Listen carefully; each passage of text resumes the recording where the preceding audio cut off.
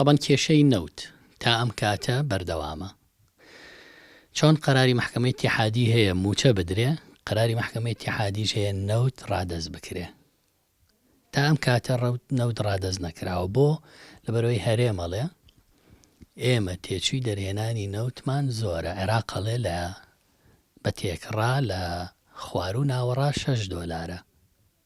هەرێمی کوردستان داوای $28 $26 ئێستا ڕێکەوتون لەسەر $16 بۆ کرێی دەرهێنانی هەر بەرمیلێک نەوت بۆ ماوەی 2 مانگ لە ناو هەموارەکە بەم جۆرە نووسراوە. بۆ ماوەی 2 مانگ $16 ئەنرێ بۆ کرێی دەرهێنانی هەر بەرمیلێک نەوت. لەو ماوەیە کۆمپانیایەکی تری نێودەوڵەتی بێلایەن دێ کرێی حەقیقی دەرهێنانی نەوتی هەرێم دیاریەکە، دوایی ئەبێ هەردوو لا ڕازی بن. ئەگەر ڕازی نەبن ئەنجومەنی وەزیرانی عێراق بڕیارەدا.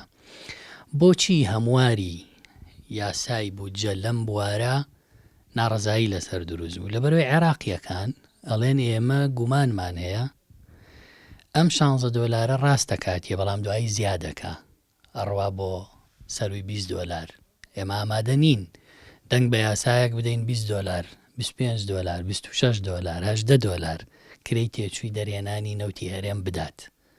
لە کاتێکە لە عێراق جۆری گرێبەستەکان جیاوازە $6 تێچێ. ئەمە هۆکاری ئەوەیە کە ئەوان دژی هەموارەکەن. هاوکات لەگەڵەوەی دژی ئەو هەموارەی کە حکوومەت ناردوێتی، سەرۆکوەزیران دەقێکی تری ناردووە، دەڵێ دەبێ داهاتی نەوت و بەرهەمە نەوتیەکان و غازیش کە لە ناوخۆ و دەرەوەی فرۆشن بگەڕێتەوە بۆ داهاتی فیدراڵی. هەرێم بەمە ڕازی نییە، چکە هەرێم شتێکی ناوە لە نەوتە بەکارهێنانی ناوخۆ.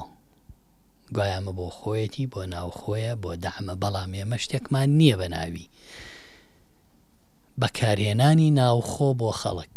بەکارهێنانێکی ناوخۆمان هەیە بە بازرگانیە فرۆشرێ، وەکوایە بیکەنە تەنکەرەوە بینێرن بەم جۆرەی کە ئێستا هەیە.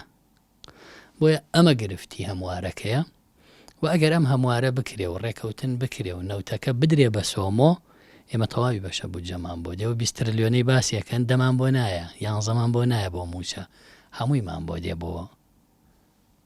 کە بۆ وەبەرهێنان بۆ تەژغیلی وەزارەتەکان.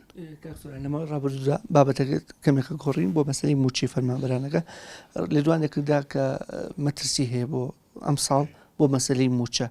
ئێستا خەڵکێکی زۆر لە زمانی جەناب تۆ بزانێت چارەنووسی هەم موچەی مانگی 12 هەمیش هەر بە ئەم 2025 چۆنەوێ؟ بەڵێ بابەتی موچەی ئێمە قەراری محکەمەی ئیتیحادیە، بەڵام پەیوەستە دیسان بە داهاتی نانەوتیەوە. چەگەر داهاتی نانەوتی نەگەڕێتەوە هەرێم خۆی سەرفی بکە، وەکو ساڵی 2024 موچەیەکمان گرفتی بۆ دروستە بێ. عێراقی نێرێ، بەڵام بەوە حسابێکا کە لە داهاتی ناوخۆ سەرف کراوە. هەرێمەوەی داهاتی ناوخۆ بەهی خۆیەزانێ، عێراقڵێ نەخێرە بە بیگەڕێنیتەوە.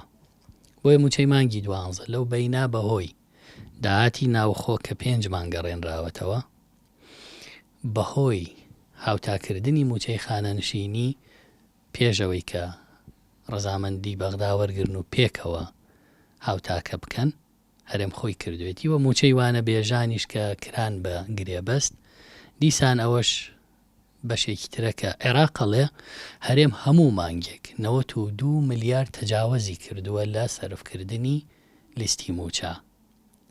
ئەمە کە کەڵەکە بۆ موچەی مانگی 12 بۆیە 441 ملیاری ماوەتەوە. دەبێم گرفتانە حەلکەین.